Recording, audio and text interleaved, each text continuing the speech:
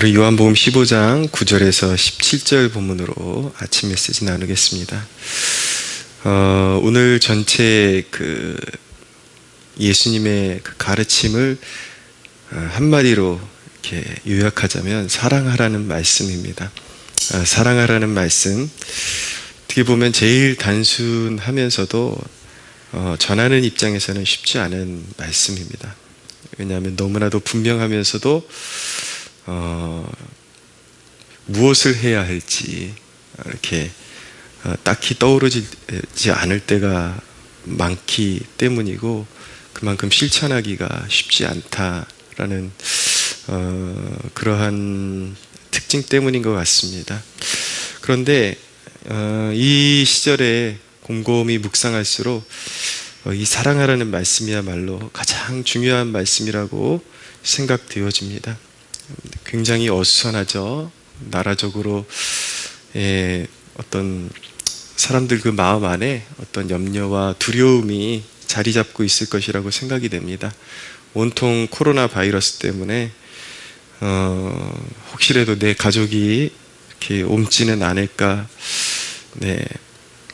그런 염려와 두려움이 있고, 또 교회적으로 그런 방역적인 차원에서, 그리고 또 서로 이렇게 염려가 되고, 또 한편으로는 이제 교회가 국가적인 염려가 되지 않아야 된다라는 그런 차원에서 이제 예배를 폐쇄하는 그런 분위기로 가고 있습니다.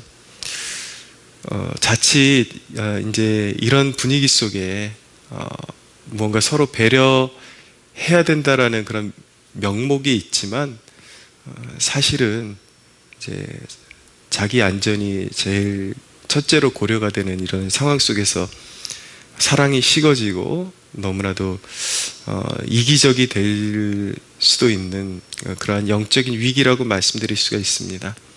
어제도 제가 이렇게 친분 있게 지내는 그 목사님 가정의 사모님이 전화가 오셨어요.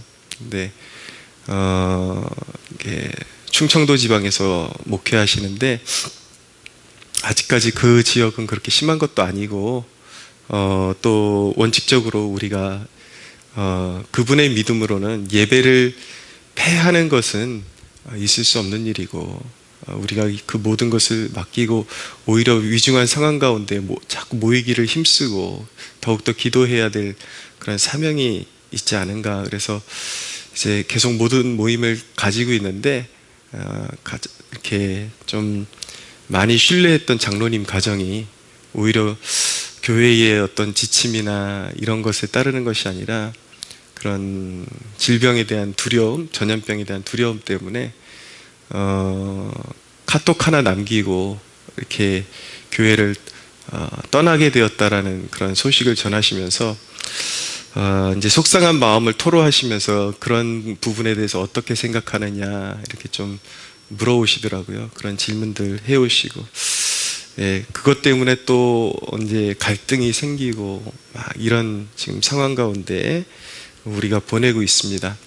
참고로 저희 수요일 예배 설교는 이번 주에 올리지 않았기 때문에 어떻게 된 것인가 궁금해 하시는 분이 혹시라도 계실까봐 이 자리를 빌어서 말씀드리면, 저희는 기도회는 계속 모입니다. 모든 예배 모임을 폐하지 않고 저희는 계속 이럴 때일수록 더 성도들이 함께 모여서 국가의 비상 상황을 놓고 기도해야 된다라는 그런 판단 때문에 이 작은 교회가 그나마 조금의 그런 미랄의 역할을 감당하기 위해서 계속해서 모이기로 했습니다. 그러나 자기 신앙의 양심 안에서 이제 판단을 하기로 한 것이죠. 그래서 수요일 날은 잠시 한 2-3주 정도 말씀을 전하지 않고 모여서 국가의 여러 가지 어려운 상황을 놓고 기도 위주로 그렇게 진행을 하기로 했으니까 이렇게 참고하시기 바랍니다.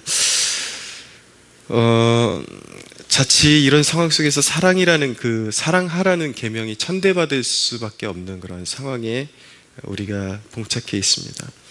그런데 오늘 본문을 통해서 첫째로 주님은 역설적인 말씀을 하십니다. 염려에 붙들리기 쉬운 이때에 사랑해야 우리의 마음이 기쁨으로 채워질 것이라는 말씀입니다.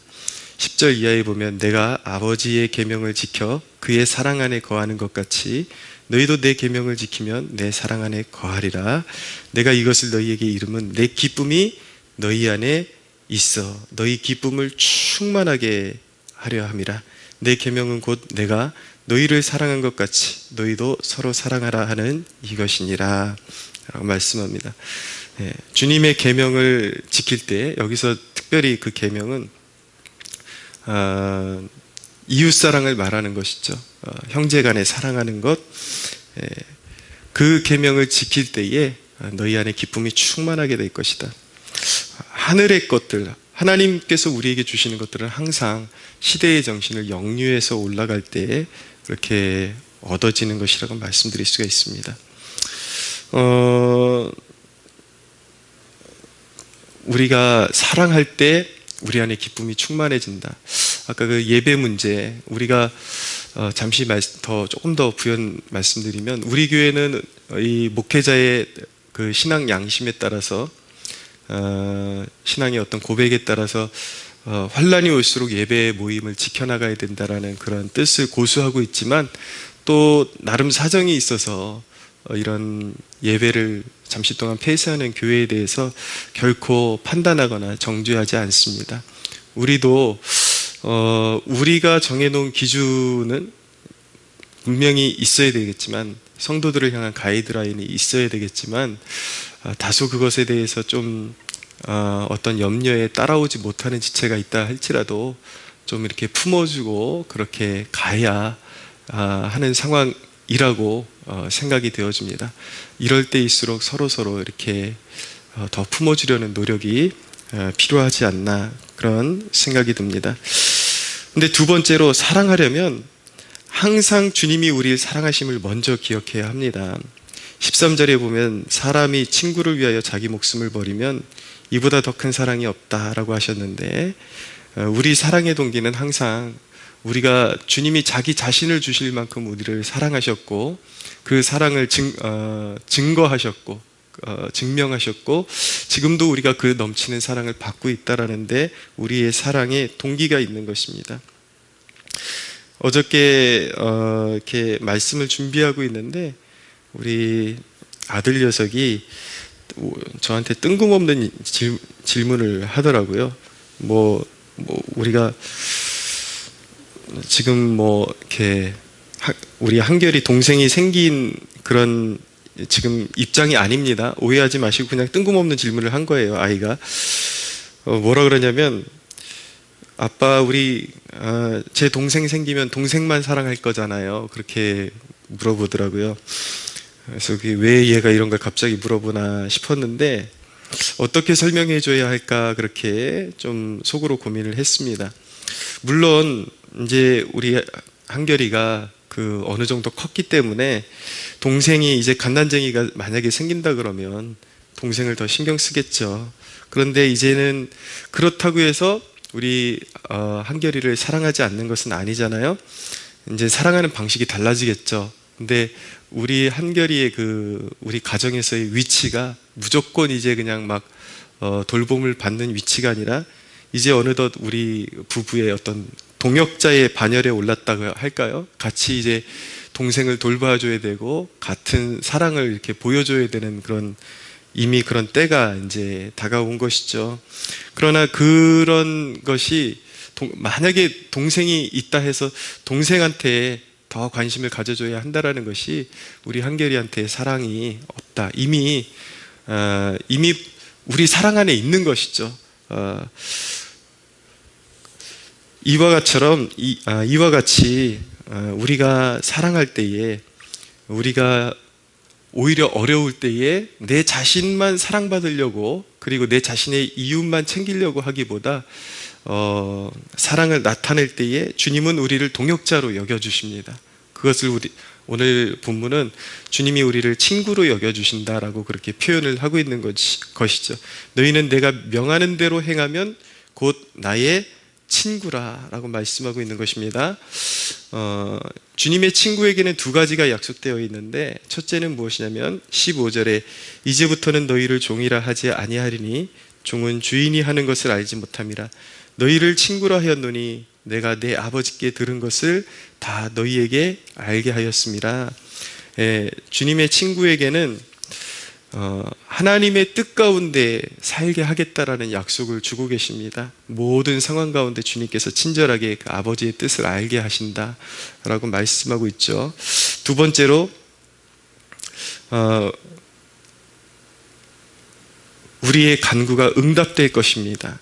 16절에 보면 너희가 나를 택한 것이 아니요 내가 너희를 택하여 세웠나니 이는 너희로 가서 열매를 맺게 하고 또 너희 열매가 항상 있게 하여 내 이름으로 내 아버지께 무엇을 구하든지 다 받게 하려 함이라 라고 말씀합니다. 기도하면, 이웃을 사랑하며 마음에 어떤 미움과 증오가 없고 거리낌이 없게 되고, 이것이 요한 1서에 그대로 이 생각이, 이 사상이 그대로 녹아져 있죠. 그래서 형제 사이에 거리낌이 없고 마음의 증오를 품지 않고 죄를 품지 않으면 그대로 우리의 간구가, 기도가 응답될 것이다 라고 말씀하고 있는 것입니다. 성도 여러분, 사랑이 닫히면 은혜도 닫히는 법이라는 것을 꼭 기억하시기 바랍니다. 자칫 강팍해질 수 있는 이 시기에 첫째로 가족을 뜨겁게 사랑하십시오. 네. 경황이 없다고 그냥 되는 대로 살지 말고 뜨겁게 사랑할 수 있도록 노력하십시오. 그리고 여러분들 그 교회의 지체들, 여러분들에게 각별히 하나님께서 붙여주신 사람, 이런 이웃을 사랑할 수 있도록, 뜨겁게 사랑할 수 있도록 그렇게 노력하십시오. 항상 이런 어려운 시기 가운데 더욱 곤고함이나 어려움을 겪을 수 있는 그런 이웃이나 지체를 생각해보고 항상 이렇게 더 수그러들고 더 이렇게 방어막을 구축할 수 있는 이 시기 가운데 어려운 지체들에게 손을 펴서 여러분들에게 긍휼과 자비를 베풀려고 그렇게 노력을 하십시오. 그것이 기근과 같은 이 시기에 주님의 은혜를 멈추지 않게 하는 길임을 꼭 기억하시기를 바랍니다. 내 이름으로 아버지께 무엇을 구하든지 다 받게 하려 함이라 라고 말씀하셨습니다. 주님께서 그러한 모습을 볼 때에 항상 여러분들의 그 삶 가운데 은혜가 마르지 않도록 하시고 더더욱이 하나님의 은혜와 공급이 끊이지 않게 하실 것입니다. 사랑하는 여러분, 어려운 시기 가운데 하나님이 그의 백성들과 함께 하십니다. 결코 우리와 떠나지 아니하십니다. 두려움과 염려를 주님 앞에 내려놓고 이럴 때일수록 더욱더 주님 보좌 앞으로 나아가서 주님과 관계가 소원해지지 않도록 그렇게 애쓰시고, 또 여러분들에게 붙여주신 교회와 이웃, 가족에 더 사랑하려고 노력하는 그러한 시즌이 되는 축복을 누리시기를 예수님의 이름으로 축복합니다.